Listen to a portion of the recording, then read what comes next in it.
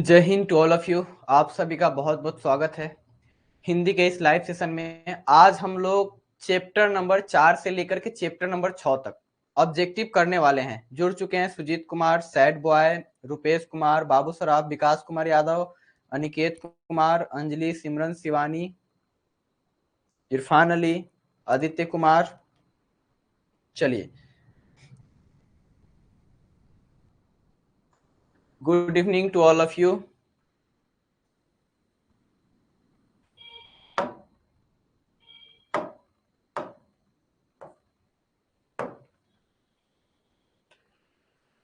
Good evening to all of you. जय श्री राम। चलिए, जब लगी तलब कुछ पाने को, जब लगी तलब कुछ पाने को, तो खुद को पूरा झोंक देंगे। ठोकरे कहती है मारा जाएगा, हौसले कहते हैं देख लेंगे।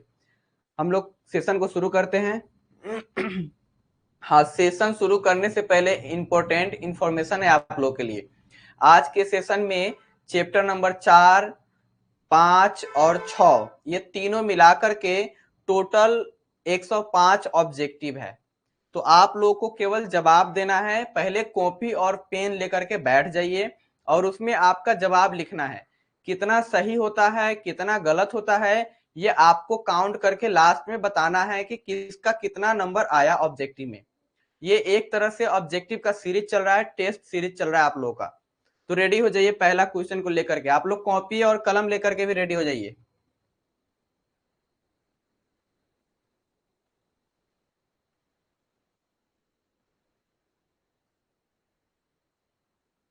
कितना चैप्टर हो गया है हिंदी में? हिंदी में चैप्टर 1, चैप्टर 2, चैप्टर 3 का ऑब्जेक्टिव कंप्लीट है। आज चैप्टर 4, 5 और 6 का पढ़ना है। अर्धनारीश्वर पढ़ेंगे, रोज पढ़ेंगे और उसके बाद में जो भगत सिंह का है ना उसको पढ़ेंगे। हमारा जो पहला क्वेश्चन है, किस रचनाकार की पंक्तियां है? नारी स्वप्न है, नारी सुगंध है, नारी पुरुष की बाह पर झूलती हुई जूही की माला है। सर मैंने नहीं पढ़ा है। अच्छा, बुक नहीं हुआ है, बुक नहीं हुआ है। ये सारे बुक हो चुके हैं और ऑब्जेक्टिव हमको करना है।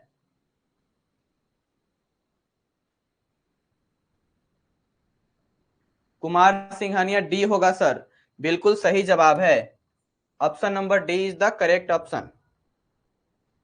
नेक्स्ट देखिए, नेक्स्ट हमारा ज्ञान पीठ पुरस्कार से सम्मानित रचना है। उर्वशी, रेणुका, कुरुक्षेत्र, इनमें से कोई नहीं। तो ज्ञान पीठ पुरस्कार से सम्मानित रचना कौन सा है?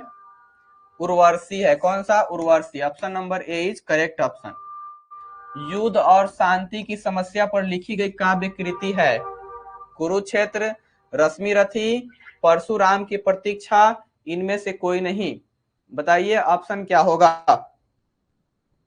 इसका भी ऑप्शन होगा युद्ध और शांति की समस्या पर लिखी गई काव्य कृति जो है कुरुक्षेत्र है। अर्धनारीश्वर किस विद्या से संबंधित है? अर्धनारीश्वर जो है किस विद्या से संबंधित है? वह निबंध है, कहानी है, एकांकी है, व्यंग है? आपको बताना है क्या है।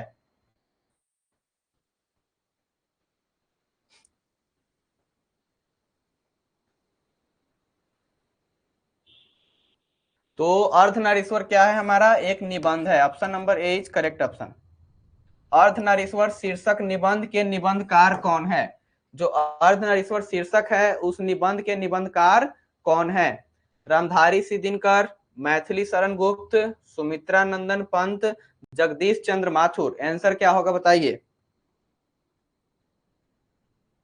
इसका आंसर है रामधारी सिंह दिनकर। ठीक है, तो अर्धनारीश्वर शीर्षक के लेखक कौन है? रामधारी सिंह दिनकर है। रामधारी सिंह दिनकर का जन्म कब हुआ है? 22 सितंबर 1902 को, 23 सितंबर 1908 को, 24 सितंबर 1909 को, 25 सितंबर 1908 को। कौन सा आंसर सही होगा बताइए।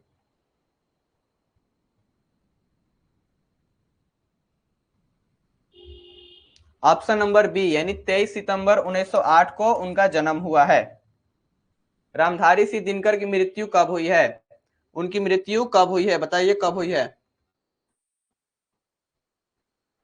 रामधारी सिंह दिनकर की मृत्यु कब हुई है? तो 27 का आंसर हो जाएगा सी, 24 अप्रैल 1974 को रामधारी सिंह दिनकर की मृत्यु हुई है।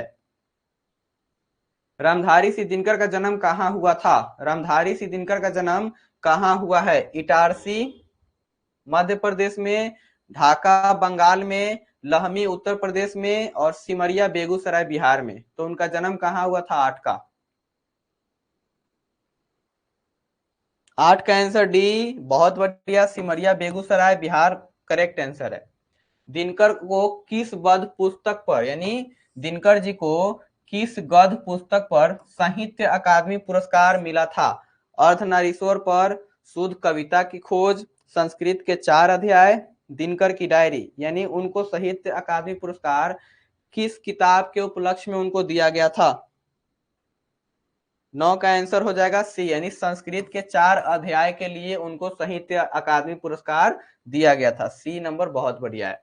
दिनकर को कौन सा पुरस्कार मिला था? दिनकर को कौन सा पुरस्कार मिला था? भूषण, पद्म विभूषण, पद्म विभूषण, पद्मश्री, इनमें से कोई नहीं। तो उनको जो है पद्म विभूषण मिला था। क्या मिला था? पद्म विभूषण। दिनकर किस युग के कवि थे? दिनकर जो है किस युग के कवि थे? द्विवेदी युग, छायावादी युग, छायावादोत्तर युग, भारतेंदु युग। तो जो दिनकर साहब हैं वो किस युग के कवि हैं? वह जो है छायावादोत्तर युग के कवि है। Option number C is the correct option. बहुत बढ़िया। चलिए, कामिनी तो अपने साथ डैश की शांति लाती है, खाली जगह को भरे। यानी कामिनी तो अपने साथ डैश की शांति लाती है। विश्राम की, गामिनी की, यामिनी की और साइनी की। किसको लाती है? 12 12 का आंसर हो जाएगा यामी। किसकी लाती है? यामी की। ठीक है, यामिनी की होगा यहाँ पे।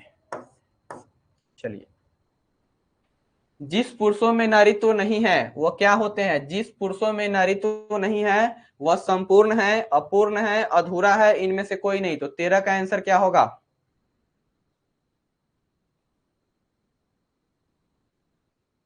13 का आंसर हो जाएगा अपूर्ण है। क्या है? अपूर्ण। 14 नंबर, अर्धनारीश्वर का अर्थ क्या है? तो अर्धनारीश्वर का हम लोग अर्थ जानते हैं। आधी नारी नहीं, पूरी नारी बिल्कुल नहीं, आधा पुरुष बिल्कुल नहीं। तो अर्धनारीश्वर शंकर और पार्वती का कल्पित रूप है, जिसका आधा अंग पुरुष और आधा अंग नारी का है। तो option number D is correct option. पुरुष रूप तो वृक्ष बन गया, पर नारी को उसने बना दिया। क्या बना दिया जी? कली, वृक्ष, लता और छाया। तो लता बना दिया। क्या बना दिया? Lata. Option number C is correct option. 15 का हो जाएगा हमारा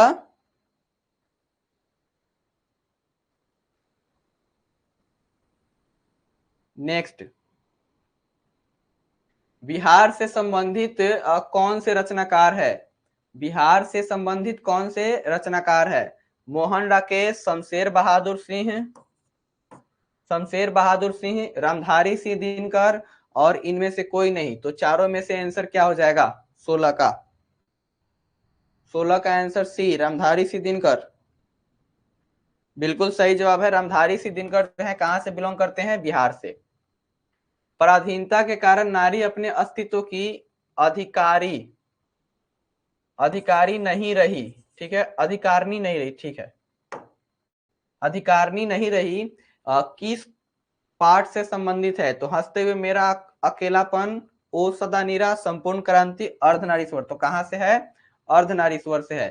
17 का आंसर डी बिल्कुल सही जवाब है। रामधारी सिंह दिनकर की कौन सी रचना है? तो रामधारी सिंह दिनकर की रचना कौन सी है? सदा नीरा, पल्लव, रश्मिरथी और क्या है हमारा? कमायनी। तो 15 का 18 का आंसर बताइए क्या होगा? 18 का आंसर होगा सी, यानी रश्मिरथी। रश्मिरथी जो है किनका रचना है? तो रामधारी सिंह दिनकर जी का है। गांधारी कौन थी? कृष्ण की माँ, अर्जुन की माँ, दुर्योधन की माँ, बलराम की माँ। गांधारी जो है कौन थी? गांधारी कौन थी? दुर्योधन की माँ। बिल्कुल सही जवाब है सी। 19 का आंसर हो जाएगा सी। प्रेमचंद्र क्या थे? गीतकार थे, कथाकार थे, फिल्मकार थे, संगीतकार थे। तो प्रेमचंद्र क्या थे? प्रेमचंद्र जो थे एक कथाकार थे, वो गीतकार नहीं थे, फिल्मकार भी नहीं थे, संगीतकार भी नहीं थे। कौन सा कृति जो है रामधारी सिंह दिनकर द्वारा लिखी गई है? कविता के नए प्रतिमान, शुद्ध कविता की खोज, स्मृति की रेखा, इनमें से कोई नहीं है। 21 का आंसर क्या होगा बताइए।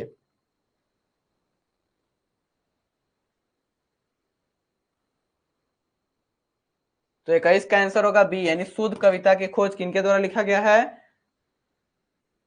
21 का सी, स्मृति का रेखा नहीं, बी होगा। ठीक है, चलिए। शुद्ध कविता की खोज जो है रामधारी सिंह दिनकर द्वारा लिखी गई है।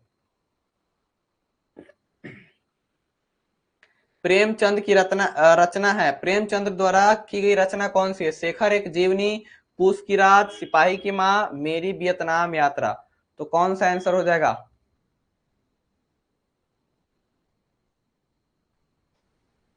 22 का आंसर हो जाएगा पूस की रात, यानी पूस की रात किन की रचना है?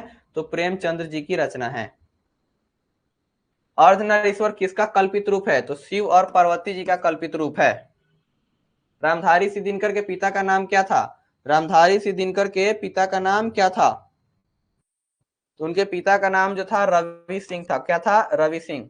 रामधारी सिंह दिनकर की माता का नाम क्या था? माता जी का नाम क्या था उनका? रामधारी सिंह दिनकर के माता जी का नाम क्या था? लक्ष्मी देवी, पार्वती देवी, मनरूप देवी, दिलतोरन देवी।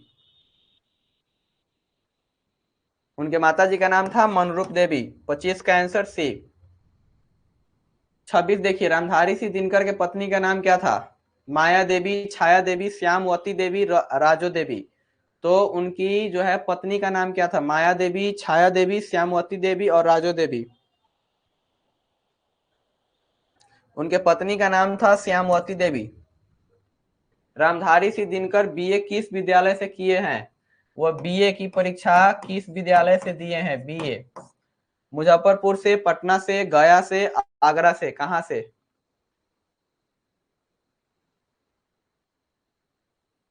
मुजफ्फरपुर, पटना, गया और आगरा। तो कहाँ रहते थे? बिहार में। और सारे के सारे आगरा को छोड़ करके बाकी तीनों बिहार में ही पढ़ते हैं।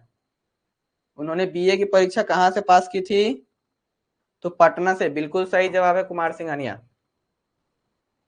रामधारी सिंह दिनकर बीए किस विद्यालय से किए थे? ये सेम क्वेश्चन आ गया, पटना।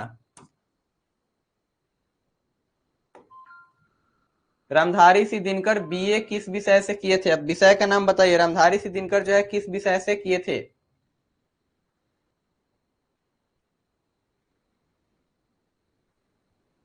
उनका जो विषय था बीए का वो इतिहास था। क्या था? इतिहास। रामधारी सिंह दिनकर ने सबसे पहले कौन सी कृति प्रकाशित की थी? तो उनका सर्वप्रथम प्रकाशित कृति का नाम क्या है?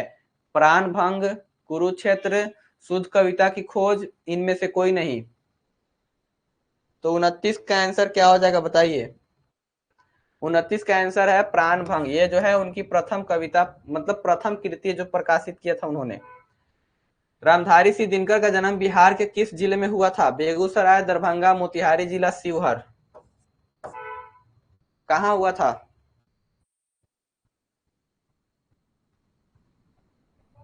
आंसर हो जाएगा ए, यानी बेगूसराय जिले में हुआ था। कहाँ हुआ था? तो बेगूसराय। रामधारी सिंह दिनकर का जन्म बिहार के किस जिले में हुआ था? बेगूसराय में। चलिए, डबल हो गया है। अब जो है हमारा वो अर्धनारीश्वर चैप्टर है वो खत्म हो गया। अब रोज चैप्टर में पढ़ना है। रोज चैप्टर भी पूरा पढ़ा दिया गया है। अब रोज चैप्टर का बताना है कि रोज में आखिर क्या क्या था। रोज क्या है? निबंध है, कहानी है, आत्मकथा है, इनमें से कोई नहीं। तो रोज क्या है? रोज जो है एक कहानी है। क्या है? एकांकी कहानी है। रोज कहानी के कहानीकार कौन है? रोज कहानी के कहानीकार कौन है? मोहन राकेश, अज्ञेय, मलयज और बालकृष्ण भट्ट। तो इस कहानी के कहानीकार कौन है? अज्ञेय साहब है। क्या है? अज्ञेय साहब। मालती के पति का नाम क्या था? तो मालती के पति का नाम महेश्वर था। तार सप्तक के संपादक कौन है? मोहन राकेश, बालकृष्ण भट्ट, चंद्रधर शर्मा गुलेरी और अज्ञेय जी। तो तार सप्तक, इसके संपादक कौन है? इसके संपादक कौन है? तो आंसर हो जाएगा डी, यानी अज्ञेय साहब हैं जो इसके राइटर हैं। गैंग्रीन क्या है? तो गैंग्रीन जो है एक गांव का नाम है, पौधा का नाम है, जानवर का नाम है, बीमारी का नाम है। तो गैंग्रीन जो है एक बीमारी का नाम है जो किसी भी कांटा वगैरह के चुभ जाने से होता है। रोज कहानी की नायिका कौन है? नायिका। तो इनकी जो नायिका है वो कौन है? मालती, कलावती, सुनीता, रागिनी। तो मालती जो है इसकी नायिका है। अगेय जी का जन्म कहाँ हुआ था? अगेय जी का जन्म जो है कहाँ हुआ था? इटारसी मध्य प्रदेश में, सिमरिया बेगूसराय बिहार, लमही वाराणसी उत्तर प्रदेश, कसेया कुशीनगर उत्तर प्रदेश। तो इनका जन्म कहाँ हुआ था? कसेया कुशीनगर उत्तर प्रदेश में इनका जन्म हुआ था। अगेय जी का जन्म कब हुआ था? इनका जन्म जो है कब हुआ था? 6 मार्च 1910 ईस्वी को, 7 मार्च 1911 ईस्वी को, 8 मार्च 1912 ईस्वी को, 9 मार्च 1913 ईस्वी को। तो 8 का आंसर क्या हो जाएगा? 8 का आंसर हो जाएगा हमारा बी, यानी 7 मार्च 1911 ईस्वी को इनका जन्म हुआ था। अगेय जी का मृत्यु कब हुआ था? इनका मृत्यु कब हुआ था? 2 अप्रैल 1885 ईस्वी को, 3 अप्रैल 1986 ईस्वी को, उसके बाद में 4 अप्रैल 1987 ईस्वी को, 5 अप्रैल 1988 ईस्वी को। इनका जन्म क्या कब हुआ था? इनका जन्म जो हुआ था 4 अप्रैल 1987 ईस्वी को, 4 अप्रैल 1987 ईस्वी को इनका जन्म हुआ था। अगेय जी का मूल निवास कहाँ था? अगेय जी का मूल निवास कहाँ था? भले ही वहां पे पैदा हुए थे लेकिन वो जाकर के अलग रहे थे, तो उनका मूल निवास स्थान क्या है? उनका मूल निवास स्थान करतारपुर पंजाब है। रोज शीर्षक कहानी का पूरा नाम क्या था? तो रोज शीर्षक कहानी का पूरा नाम जो था गैंग्रीन था, बाद में इसका नाम बदल दिया गया। किस पाठ में आया है? दोपहर में उस सूने आंगन में पैर रखते ही मुझे ऐसा जान पड़ा मानो उस पर किसी शाम की छाया मंडरा रही हो। अर्धनारीश्वर, ओ सदानीरा, रोज, इनमें से कोई नहीं। बहुत बढ़िया, सबका जवाब सही है, सी, रोज से ये लिया गया है। किस पाठ में आया है? 3 बज गए, 4 बज गए, 11 बज गए। किस पाठ में आया है? तो रोज में आया हुआ है, बिल्कुल सही जवाब है सबका। मालती के पति पेशे से क्या थे, यानी वो क्या काम करते थे? मालती के पति जो है पेशे से क्या थे, वो क्या काम करते थे? तो मालती के जो पति हैं वो पेशे से क्या थे? एक डॉक्टर थे। क्या थे? डॉक्टर। मालती के शिशु का नाम क्या था, यानी मालती के बेटे का नाम क्या था? मालती के बेटे का नाम क्या था? मालती के बेटे का नाम क्या था? 15 का आंसर बी, टीटी नाम था। बहुत बढ़िया। अतिथि मालती के घर कैसे पहुंचा? मोटरसाइकिल से, साइकिल से, पैदल, इनमें से कोई नहीं। यानी उसका जो भाई आया था दूर के रिश्ते का, वो कैसे आया था? 16 का आंसर हो जाएगा हमारा सी हो जाएगा, यानी पैदल आया था। कैसे आया था? पैदल। लेखक मालती के घर पहुंचने हेतु कितना दूर पैदल चला था? लेखक जो है मालती के घर पहुंचने हेतु कितना दूर पैदल चला था? तो 15 मील, 18 मील, 20 मील, 12 मील, यानी कितना दूर पैदल चल करके जो लेखक जो है मालती के घर पहुंचते हैं? आंसर हो जाएगा बी, यानी 18 मील चल करके वो मालती के घर पहुंचते हैं। कितने दूर? 18 मील। 17 का सी होगा सर। अरे इसमें 18 मील दिया हुआ है आंसर।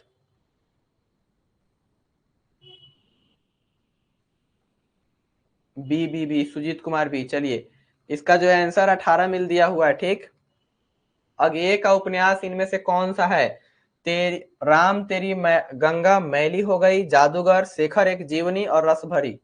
यानी इसमें अगेय जी के लिखे गए उपन्यास कौन से हैं?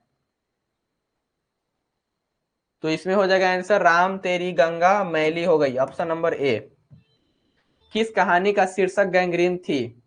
तो रोज का। ठीक है, रोज कहानी जो है पहले गैंग्रीन के नाम से क्या हुआ था? प्रकाशित हुआ था।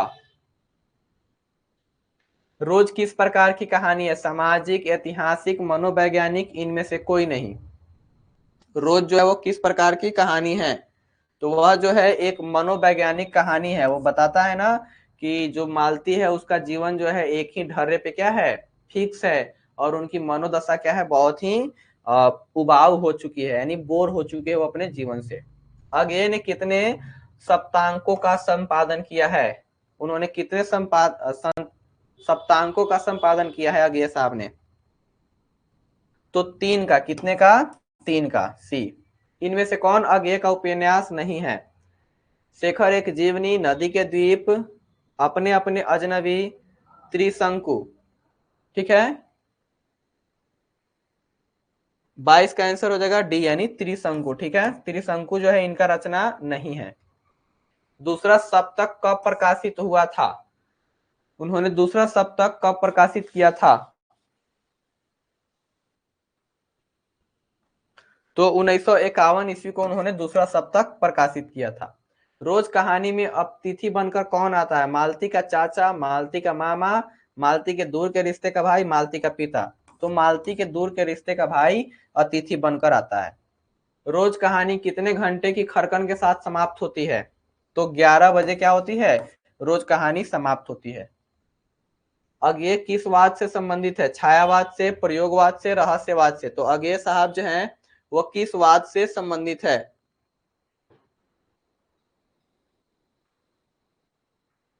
वो छायावाद के कवि है। किसके कवि हैं? छायावाद के। 26 का आंसर बी। अरे बी नहीं, ये होगा, वो छायावाद के कवि हैं।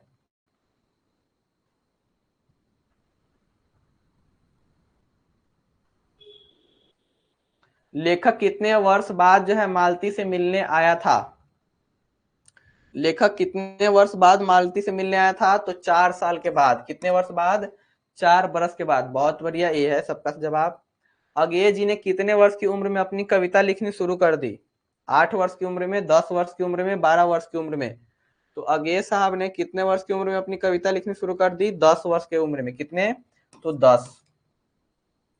अगेय ने इंटर कहां से किया? मद्रास क्रिश्चियन कॉलेज से, पंजाब क्रिश्चियन कॉलेज से, लाहौर क्रिश्चियन कॉलेज से? इनमें से कोई नहीं। उनका जो है इंटर कहां से हुआ था? 29 का जवाब बताइए। तो मद्रास क्रिश्चियन कॉलेज से उन्होंने इंटर की परीक्षा पास की है। अगेय जी ने इंटर कब किया, यानी इनका इंटर कब हुआ था?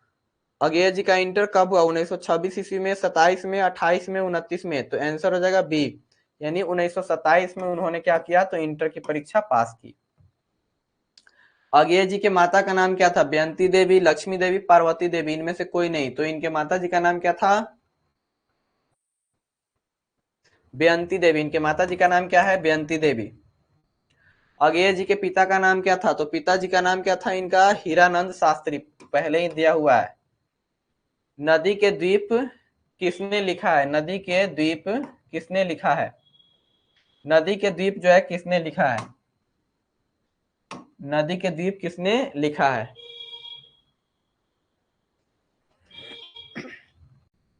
बालकृष्ण भट्ट, चंद्रधर शर्मा गुलेरी, अगेय जी, मोहन राकेश? तो नदी के द्वीप किसके द्वारा लिखा गया है? इसका आंसर हो जाएगा सी, अगेय जी के द्वारा लिखा गया है नदी के द्वीप। महेश्वर के पति का नाम क्या था? मोनाली, सोना, अच्छा, महेश्वर के पत्नी का नाम क्या था? तो मोनाली, सोनाली, मालती? इनमें से कोई नहीं। तो मालती जो है उनके पत्नी का नाम था। अब जो है हमारा चैप्टर नंबर नेक्स्ट शुरू हो चुका है। एक पत्र एक लेख। भगत सिंह। भगत सिंह के पिता और चाचा किसके सहयोगी थे? चंद्रशेखर आजाद के, बटुकेश्वर दत्त के, लाला लाजपत राय के, सुखदेव के? तो भगत सिंह के पिता और चाचा किसके सहयोगी थे? एक का आंसर डी, सुखदेव के। अरे डी डी डी सब आ रहा है। अरे वो लाला लाजपत राय के दल में ना काम करते थे उनके पिताजी और उनके चाचा जी। सबका जवाब गलत है, सी ना होगा। भगत सिंह थोड़ी है, वहां पे उनके चाचा जी और पिताजी किसके साथ में आजादी की लड़ाई लड़ रहे थे?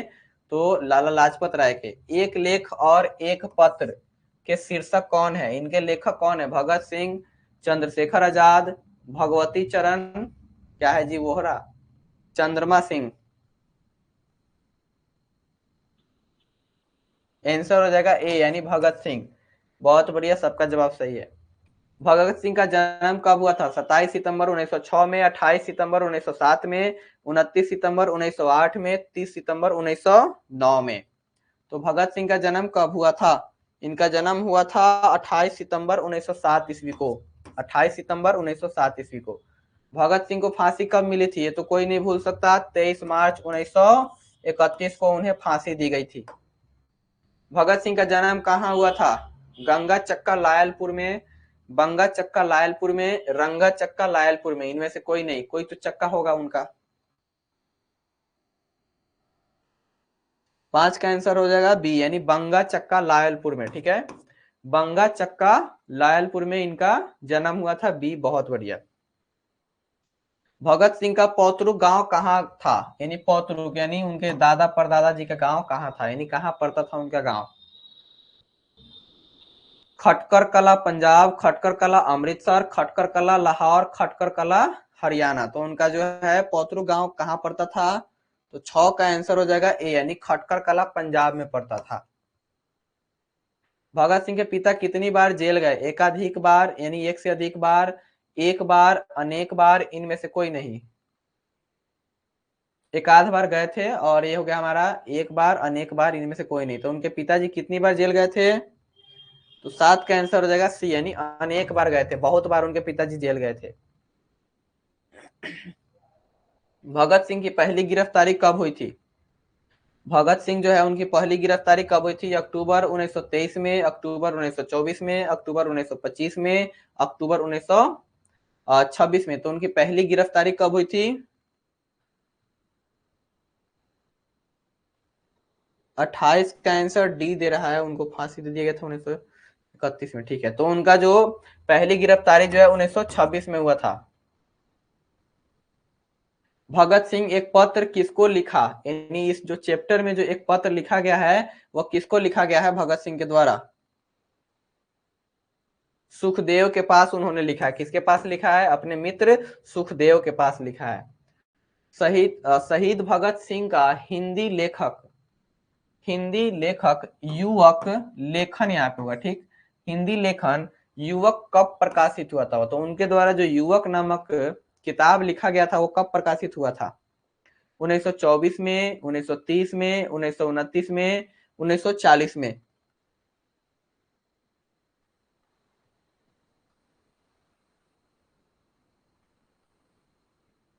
इसका आंसर आप लोग कमेंट में दीजिएगा। इसका आंसर हमारे पास नहीं है। एक लेखक, एक लेख और एक पत्र में भगत सिंह ने किसको पत्र लिखा है? एक लेख और एक पत्र में भगत सिंह ने किसको पत्र लिखा है? सुखदेव जी को लिखा है। जीवन को समाप्त कर देना यह तो कायरता है। यह कथन कथन जो है किसका है? जीवन को समाप्त कर देना यह तो क्या है? कायरता है। यह कथन जो है किसका है?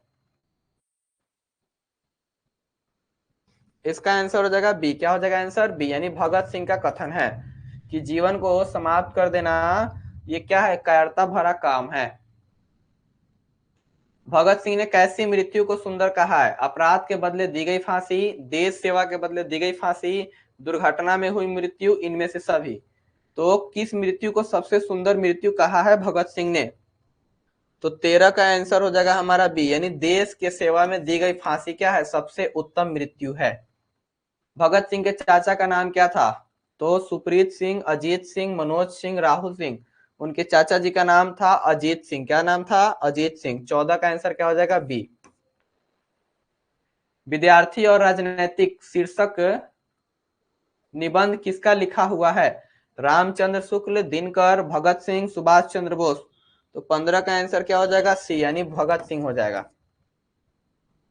मतवाला, ठीक है, मतवाला पत्रिका कहाँ से निकलता है? कानपुर से, पटना से, वाराणसी से, कोलकाता से। तो जो मतवाला पत्रिका जो है वो कहाँ से निकलता है? वाराणसी से निकलता है। कहाँ से? वाराणसी से। भगत सिंह किससे प्रभावित हैं? महात्मा गांधी से, कार्ल मार्क्स से, नेहरू जी से, इनमें से कोई नहीं। तो भगत सिंह सबसे ज्यादा प्रभावित किससे होते हैं? तो वो होते हैं कार्ल मार्क्स से प्रभावित होते हैं। किससे? कार्ल मार्क्स से। मैं नास्तिक क्यों हूं यह किसका लिखा हुआ किताब है? तो भगत सिंह जी का लिखा हुआ किताब है मैं नास्तिक क्यों हूं। तो 18 का आंसर हो जाएगा ए। कुलबीर सिंह और कुलतार सिंह भगत सिंह के कौन थे? कुलबीर सिंह और कुलतार सिंह भगत सिंह के कौन थे? चाचा थे, मामा थे, भाई थे, भतीजा थे। तो 19 का भी आंसर क्या हो जाएगा हमारा? सी हो जाएगा, यानी उनके भाई थे। कुलवीर सिंह और कुलतार सिंह भगत सिंह के क्या थे? भाई थे। गणेश शंकर विद्यार्थी का संपादन किस पत्रिका में हुआ था? तो गणेश शंकर विद्यार्थी का संपादन किस पत्रिका में हुआ था? मर्यादा में, ब्राह्मण में, कर्मवीर में, प्रताप में? 20 का आंसर हो जाएगा डी, यानी प्रताप पत्रिका में जो है गणेश शंकर विद्यार्थी का संपादन हुआ था। भगत सिंह ने अपने मित्रों के साथ केंद्रीय असेंबली में बम कब फेंका था? यानी उन्होंने जो केंद्रीय असेंबली था, सुप्रीम कोर्ट, उसमें बम कब फेंका था? 10 अप्रैल 1929 को, 8 अप्रैल 1929 को, 16 अप्रैल 1929 को और 18 अप्रैल 1930 को। तो कब फेंका था? 8 अप्रैल 1929 को उन्होंने बम फेंका था केंद्रीय असेंबली में। बंदा जीवन किसका कृति है? यानी बंदी, बंदी जीवन किसका कृति है? तो रविंद्रनाथ ठाकुर जी का, सचिंद्र नाथ सान्याल जी का, ये क्या है, शरत चंद्र जी का, इनमें से कोई नहीं। तो बंदी जीवन जो है किसकी रचना है? तो 22 का आंसर हो जाएगा हमारा बी, यानी सत्येंद्र नाथ सान्याल जी के द्वारा। ठीक है, इनकी रचना है बंदी जीवन। प्रताप के संस्थापक कौन थे? तो प्रताप के संस्थापक कौन थे? प्रताप के जो संस्थापक थे वो थे गणेश शंकर विद्यार्थी। प्रथम विश्व युद्ध में इंग्लैंड किसके विरुद्ध लड़ रहा था? प्रथम विश्व युद्ध में इंग्लैंड किसके विरुद्ध लड़ रहा था? भारत के, ऑस्ट्रेलिया के, अमेरिका के और जर्मनी के। तो हम वो जो इंग्लैंड था वो किसके विरुद्ध में था? प्रथम विश्व युद्ध में जर्मनी के विरुद्ध में था। चोरा चोरी कांड कब हुआ था? 1921 में, 1922 में, 1923 में, 1924 में? इसका जवाब कमेंट बॉक्स में। नेक्स्ट, गदर पार्टी के गठन कब हुआ था? गदर पार्टी का गठन कब हुआ था? 1914 में, 15 में, 16 में, 17 में? तो गदर पार्टी का गठन कब हुआ था? 1914 में। किसमें? 1914 ईस्वी में। भगत सिंह कितने वर्ष की अवस्था में क्रांतिकारी बन गए? 10 वर्ष की अवस्था में, 11 वर्ष की अवस्था में, 13 वर्ष की अवस्था में, 12 वर्ष की अवस्था में? तो क्रांतिकारी कब बने थे? 12 साल के उम्र में। नौजवान नौजवान भारत सभा का गठन किसने किया था? नौजवान भारत सभा का गठन किसने किया था? भगत सिंह, सुखदेव, राजगुरु, मोहन राकेश ने। किसने किया था जी? तो नौजवान भारत सभा का गठन जो है भगत सिंह ने किया था। भगत सिंह के पिताजी का नाम क्या था? सरदार मनोज सिंह, सरदार रवि सिंह, सरदार किशन सिंह, सरदार राकेश सिंह? तो सरदार किशन सिंह क्या था? उनके पिताजी का नाम था। 29 का आंसर हो जाएगा हमारा सी। नेक्स्ट है भगत यानी भरत सिंह के माता का नाम क्या था? यानी भारत सिंह के माता का नाम क्या था? विधावती, कलावती, पार्वती और मनरूप? तो 30 का आंसर हो जाएगा हमारा ए, यानी उनके माता का नाम क्या था भरत सिंह के? तो विद्यावती था। ठीक है, विद्यावती। भगत सिंह को किस नाम से जाना जाता है?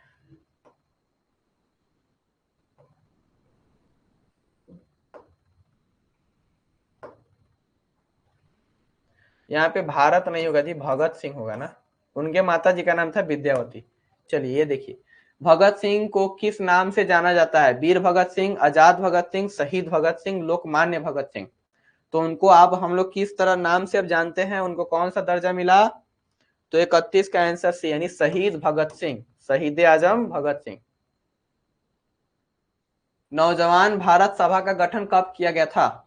नौजवान भारत सभा का गठन कब किया गया था? 1924 में, 1925 में, 1926 में, 1927 में? तो नौजवान भारत सभा का गठन जो है 1926 में किया गया था। भगत सिंह ने चंद्रशेखर आजाद के साथ मिलकर किस संघ का गठन किया? स्वराज्य पार्टी, स्वतंत्र पार्टी, हिंदुस्तान समाजवादी, प्रजातांत्रिक पार्टी? इनमें से कोई नहीं। तो 33 का आंसर हो जाएगा हमारा सी, यानी हिंदुस्तान समाजवादी प्रजातांत्रिक पार्टी का गठन उन्होंने किया था। भगत सिंह को कांग्रेस तथा महात्मा गांधी से मोह भंग कब हुआ? यानी उन्होंने कांग्रेस और महात्मा गांधी का साथ देना कब छोड़ दिया? 1920 में, 21 में, 22 में, 23 में। तो इसका आंसर हो जाएगा सी, यानी 1922 ईस्वी में उन्होंने महात्मा गांधी और कांग्रेस पार्टी से मोह भंग कर लिया। और किनसे जाकर मिल गए? चंद्रशेखर आजाद जी से। 1914 ईस्वी में भगत सिंह किस पार्टी की ओर आकर्षित हुए? नेशनल पार्टी, राष्ट्रवादी पार्टी, स्वतंत्र पार्टी, गदर पार्टी। तो 1914 में वो किस पार्टी से आकर्षित हुए थे? तो उनका जो है आंसर कमेंट बॉक्स में आप लोग दीजिए। नेक्स्ट, कौन सा निबंध भगत सिंह के द्वारा लिखा हुआ नहीं है? बम का दर्शन, युवक, परिवेश, विद्यार्थी और राजनीति। कौन सा निबंध जो है भगत सिंह के द्वारा लिखा हुआ नहीं है? बम का दर्शन, युवक, परिवेश, विद्यार्थी और राजनीतिक जीवन।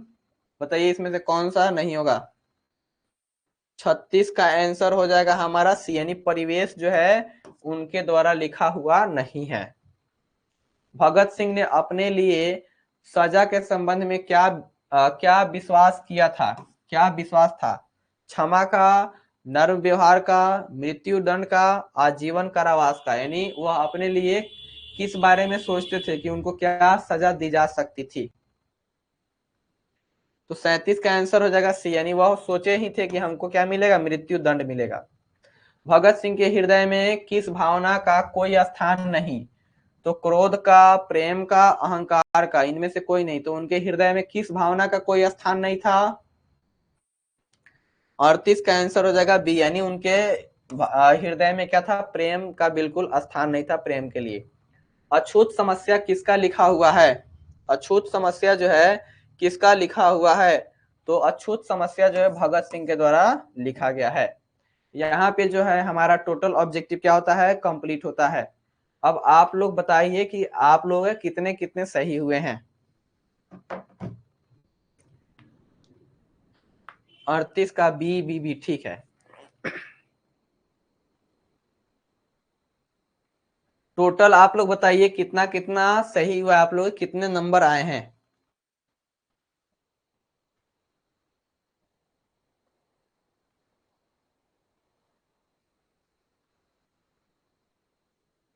बारह गलत हुआ है। तो टोटल क्वेश्चन जो थे 106 क्वेश्चन थे। तो 106 में से, अच्छा 108 नहीं 106, ठीक। सुजीत कुमार आप माइनस करके बताइए। रुपेश कुमार का कितना है? 93 सही है। रुपेश का जो है 93 सही है। सुजीत कुमार का 12 गलत है। इसका मतलब क्या हो जाएगा हमारा? 6 घटाएंगे उधर तो 94। सुजीत कुमार का जो है 94। कुमार सिंघानिया आपका कितना है?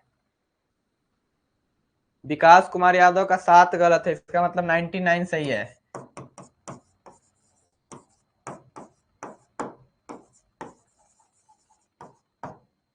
तो 99। नेक्स्ट बताइए। नेक्स्ट, सुजीत कुमार 96 सही है। सुजीत कुमार 96 सही है। कैसे हो गया? 106 क्वेश्चन है और 12 गलत हुए, तो कितने हुए? 106 में 8 गलत है।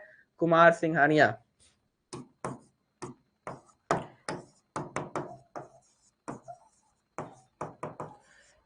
आपका कितना है? तो 106 में 8 गलत है, यानी 98 सही है टोटल। हमको लगा 108 है, तो 108 नहीं है, 106 है, ठीक। चलिए बहुत बढ़िया। आप लोग का ऑब्जेक्टिव पे बहुत बढ़िया कमांड है। और कल जो है हम लोग बताएंगे कि नंबर को स्कोर करने के लिए हमको अब किस किस चीज पे फोकस करना है। तो हिंदी और इंग्लिश दोनों का बताया जाएगा, आखिर किस तरीके से तैयारी करें कि जो 200 में है 200 में 200 नंबर हमारा तैयारी पक्का हो जाए और 200 में 200 नंबर का हम लिख के आए एग्जाम में। तब तक के लिए जय Hind. Nice meeting you, see you tomorrow.